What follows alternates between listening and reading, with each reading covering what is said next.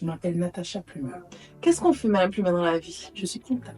Trop bien. Mais avant ça, Avant ça, alors quel est notre projet? Quel est notre projet? Alors, j'ai créé un concept et créé une marque qui s'appelle Cavailler, qui est un projet pour la femme, en fait. Ce sont différentes rencontres, des activités autour de la femme. Ça parle des sujets de la vie en général qui concernent particulièrement les femmes. J'ai fait différents thèmes. Les derniers que j'ai apportés, principalement, c'était la dépendance affective, amicale, sentimentale, familiale. Le vrai sujet. Un vrai sujet. Et aussi, il y a eu un sujet qui a été beaucoup discuté, c'est le passage à femme, la transition de mademoiselle à madame.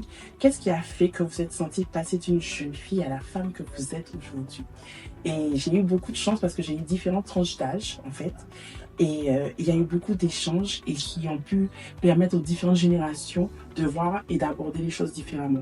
Donc, c'est plutôt principalement autour de sujets de façon générale que des thématiques vraiment ciblées, on va dire.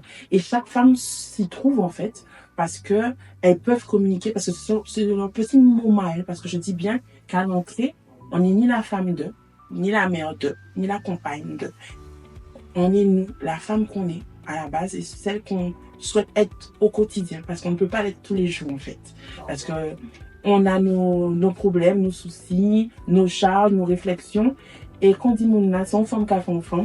Et en discutant, si on veut, ça rebooste un peu, comme on dit. Parce que la femme, quand elle est bien boostée, comme on dit, c'est comme une fleur.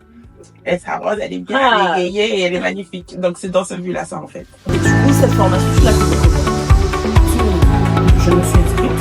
Effectivement, je me suis inscrite à la formation création d'entreprise. Sur laquelle je me suis dit, effectivement, je fais des événements de moi-même. Et j'ai quand même ramassé un peu de femmes, en fait.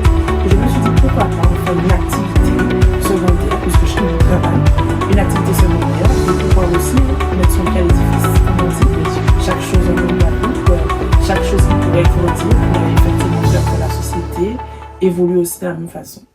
Quels ont été pour toi les points forts de cette formation?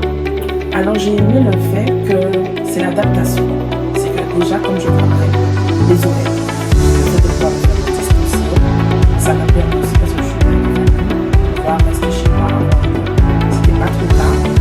Ensuite, par petits groupes. Alors comme c'est un petit groupe, c'est ambitieux, donc on a le temps d'échanger avec les autres participants. Et ça fait comme une sorte, ça devient finalement une petite famille.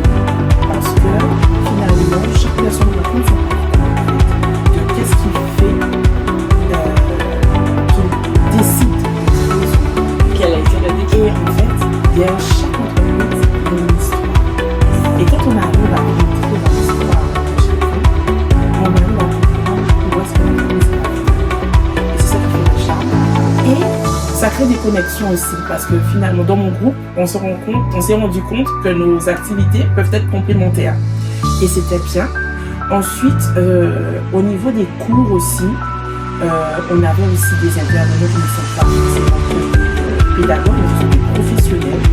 Donc, on pouvait poser des questions en tout sens, comme on dit, puisqu'ils étaient vraiment à notre niveau, en fait. Et en toute transparence, parce qu'ils étaient face à des personnes qui veulent mettre leurs pieds, comme on dit, dans le monde de l'entreprise, avec une certaine crainte, bien sûr, et ils arrivaient à nous donner les avantages, les inconvénients, mais en même temps à nous dire il y a des inconvénients, mais on peut y aller avec un bon accompagnement.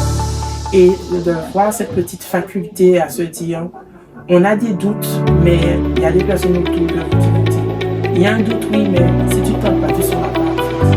Et c'est ça qui me pousse en fait à se dire j'adore, quand même.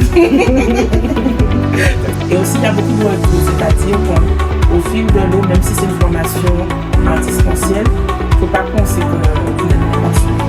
C'est-à-dire qu'on vous donne un peu de comment ça se passe. On crée un groupe spécial, on pose des questions, on va dans le groupe. Comme là, je suis à là, j'ai une fille qui parle au téléphone, et quand j'arrive, je dis bonjour, Natacha. Donc, elle reconnaît que vous n'êtes pas dans une usine, en fait, parce qu'il y a certains endroits, vous dites bonjour, on part, et on vous avez beaucoup d'informations. Mais là, on sent qu'on sait qui tu es, on connaît ton projet, et tu ne viens pas là et on te connaît pas. C'est ça je pense que c'est ça la particularité de cette consulting. Et je trouve ça super en fait. Parce que quand on suit des formations, moi-même j'étais la première étonnée parce que je m'attendais pas à avoir autant de modules en fait à suivre. Et en fait, c'est le côté accompagnement en fait qui on ne s'attend pas, mais il y a un vrai accompagnement. Et c'est ce que je trouve pour toute personne qui voudrait savoir comment ça se passe, avoir une idée, même si peut-être après chacun a ses petits soucis, mais au moins tu sais où tu vas. Tu sais qu'est-ce qui va t'attendre au moment où tu te décides. Est-ce que tu as un dernier mot pour moi, pour nous, pour l'équipe, pour tout ça? EK Consulting, petite structure, ma petite structure du cœur. Parce que ce qu'elle fait, elle le fait avec passion. Si elle n'a pas de réponse, elle ira chercher la réponse. Mais son but principal est, comme on dit, si elle a réussi à créer, elle veut que les autres puissent aussi y arriver. Parce que on a quand même un entretien individuel, on va dire, par rapport au projet. Et elle arrive à te dire par rapport à son expérience, par rapport à ses connaissances, par rapport au monde professionnel, elle va te dire oui, mais non. Non, mais oui. Donc après, on a son libre arbitre. Mais elle t'aura donné tout ce que tu pourrais éventuellement faire et comment tu pourrais le faire. Et ça, elle est honnête dessus. Après, comme on dit, chacun a son libre arbitre. Mais si c'est là que tu veux aller, elle te dira, ben ok, si c'est là, on va tenter. On va voir comment on fait. Et c'est ça parce que on a parfois tendance comme on dit, on va dire c'est comme une maman qui essaie d'accompagner. Elle va essayer d'aller comme elle peut, jusqu'où elle peut. Mais à un moment, elle va te lâcher les mains. Ça, c'est sûr. Il faut s'attendre à ça. Mais son but est quand même se dire, si j'ai réussi à faire quelque chose, compatriote moi aussi qui peut arriver. Donc, elle le fait bien. C'est juste ce que ça veut dire.